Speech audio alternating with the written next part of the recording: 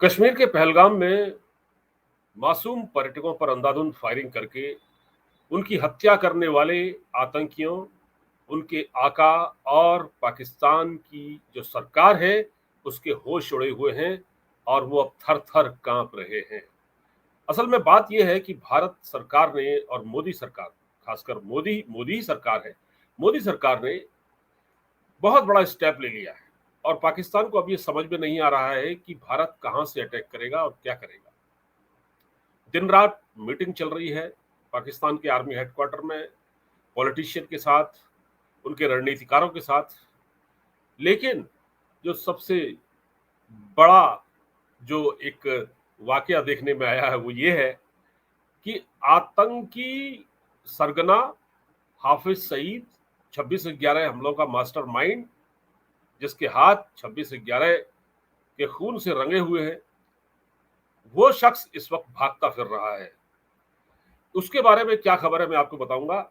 उससे पहले आप मेरे चैनल को सब्सक्राइब कर लें, वीडियो को लाइक और शेयर करना बिल्कुल मत भूलें। तो दोस्तों, नमस्कार, जय हिंद। हाफिज सईद थर-थर कांप रहा है। इस प्रकार की खबरें मिली हैं कि हाफिज सईद को बचाने में पाकिस्तान की आईएसआई जुट गई है, क्योंकि आईएसआई ऐसे आतंकियों को अपना एसेट मानती है, पाकिस्तान की गवर्नमेंट भी अपना एसेट मानती है हाफिज सईद जैसे लोगों को। हाफिज सईद की जान खतरे में है। बहुत सारे आतंकी इस बीच मारे गए अननोन गनमैन के हाथों। हाफिज सईद अभी बचा हुआ है, तो उसकी जान खतरे में है। और क्या, कहाँ छिप गया है हाफिज सईद, तो जरा सुन लीजिए। हाफिज सईद छुप गया है आर्मी हेडक्वार्टर नहीं, बल्कि एबटाबाद।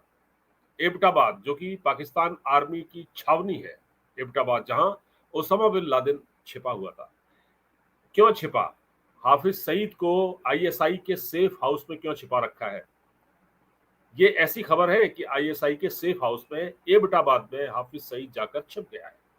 तो ये क्यों छिपा है?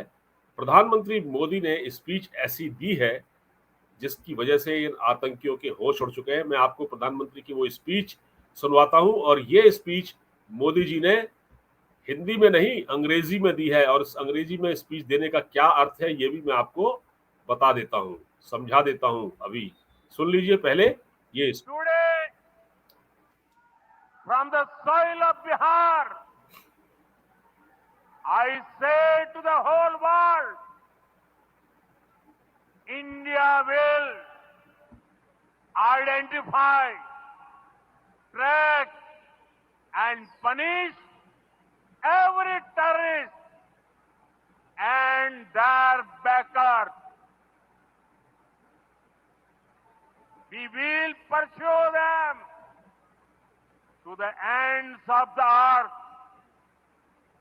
India's spirit will never be broken by terrorism.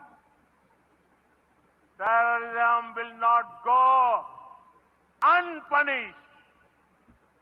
Every effort will be made to ensure that justice is done. The entire nation is firm in this resolve.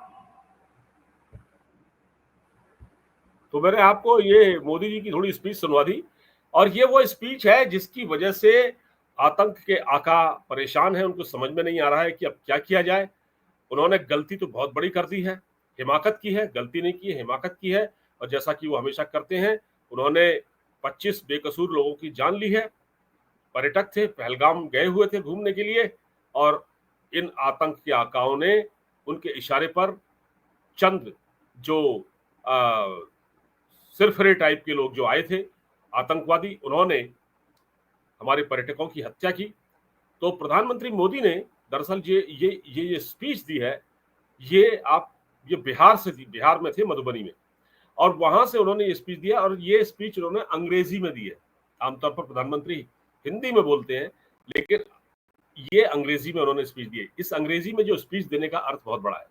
अंग्रेजी में ये स्पीच इसलिए दी गई है ताकि दुनिया जान जाए।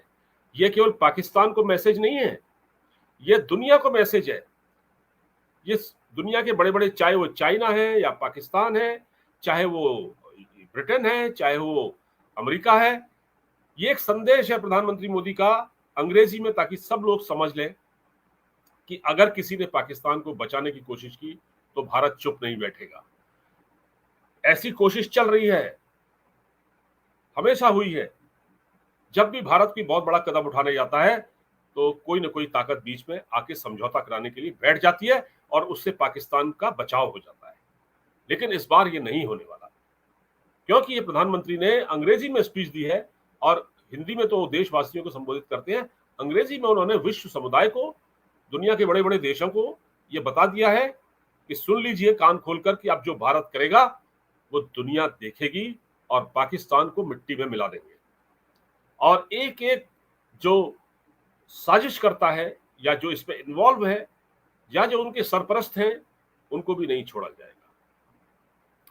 अब की बार जो कोशिश होगी वो जड़ पर प्रहार करने की है।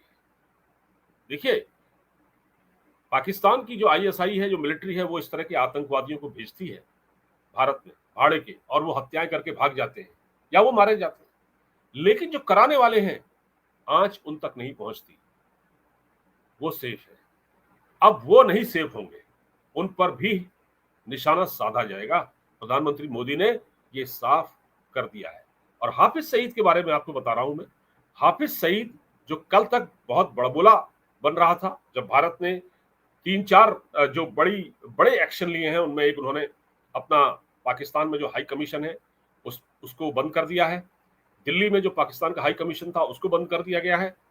इसके अलावा जो सिंधु जल समझौता था उसको भारत ने रोक दिया है फिलहाल, और साथ ही साथ जो वीजे मिलते थे पाकिस्तानियों को भारत आने के लिए वो भी अब नहीं मिलेंगे और यहां से भी कोई नहीं जाएगा। वाघा बॉर्डर, अटारी सीमा को बंद कर दिया गया है। इससे क्या हो गया कि पाकिस्तान बौखला गया, खासकर सिंधु जल समझौते को लेकर, क्योंकि पाकिस्तान को अब प्यासा मारने की तैयारी है। और हाफिज सईद ने क्या कहा था? हाफिज सईद ने कहा था कि मोदी को चुनौती दी थी, प्रधानमंत्री मोदी से कहा था अगर तुम हमको प्यासा मारोगे तो हम तुम्हारी सांसें रोक देंगे, ये कहा था धमकी देते हुए। और ये धमकी देने वाला शख्स आज बिल में जाकर छुप चुका है। कहां छिपा है? एबटाबाद में। एबटाबाद जो पाकिस्तान आर्मी की छावनी है, सुरक्षित इलाका है, और वहां आईएसआई के सेफ हाउस में इसको रखा गया है। आपको याद होगा कि जो 9/11 का मेन कल्प्रिट था, जो मास्टरमाइंड था ओसामा बिन लादेन, उसको भी पाकिस्तान आर्मी ने, उस आतंकवादी को भी, ओसामा बिन लादेन को भी एबटाबाद में कहीं छिपा रखा था। तो बाद में अमेरिकन कमांडो ने उसको ढूंढ कर मारा। तो अब हाफिज सईद कहीं भी छिप जाए वो बचेगा नहीं।